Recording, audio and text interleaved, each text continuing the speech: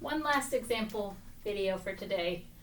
Suppose we're asked to show that the limit as x approaches infinity of 1 plus k over x to the x is equal to e to the k, where k is just any non-zero number.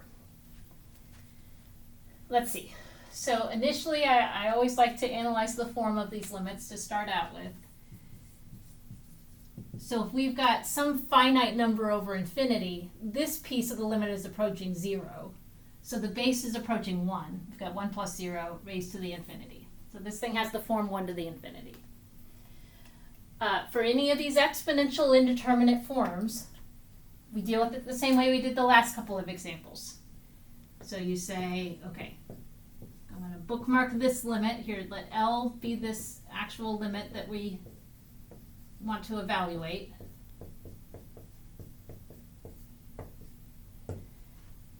But I want to get it written as a ratio, so the first thing I'll do is take natural log of both sides.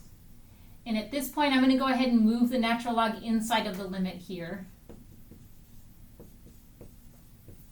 because this is always going to be some positive number, and the natural log function is continuous over the set of all positive numbers. So I can do this. This is a k right here. Okay. And the advantage of that is now I can bring the exponent down in front. So this is equal to the limit as x approaches infinity of x times natural log of 1 plus k over x. What I'd really like is to see it written as a ratio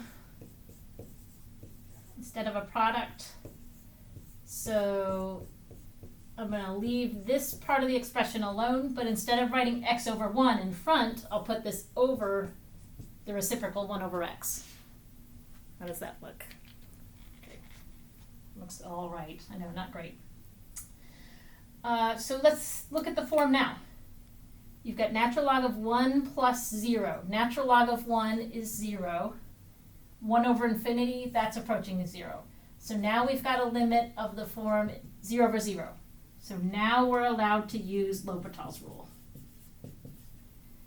And so this is equal to the limits as x approaches infinity of derivative of the top, 1 over 1 plus k over x.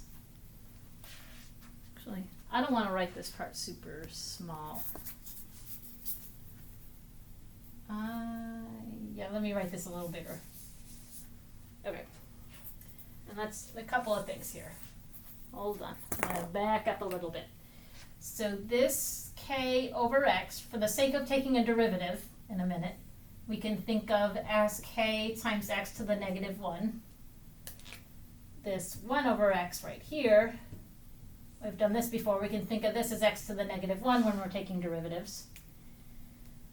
So when I apply L'Hopital's rule, derivative of the top, again, so I'm going to differentiate the natural log function first. So it's 1 over, leave the inside alone, 1 plus k over x, times the derivative of the inside, which will be 0 plus this, which now I'm going to read it as kx to the negative 1. So the derivative of the inside is negative kx to the negative 2. When I differentiate it from this form. I'm just using the more convenient form for taking the derivative. So it's chain rule, derivative of the outside times derivative of the inside. All of that over derivative of the bottom, which if I read this 1 over x as x to the negative 1, the derivative of the bottom is negative x to the negative 2.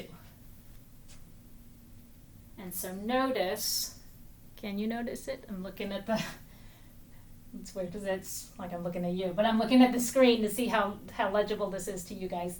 Common factor of x to the negative 2.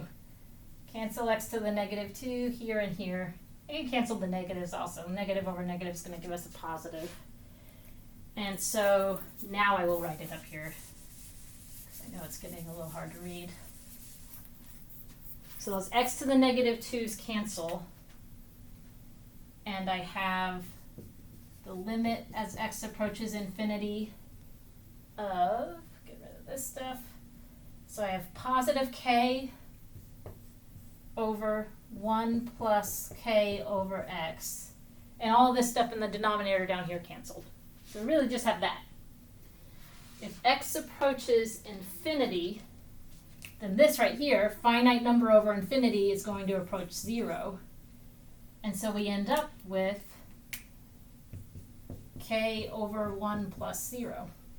So k. So natural log of the limit is equal to k, means that the actual limit L is equal to e to the k. And there you go. That's the conclusion that we were expected to reach.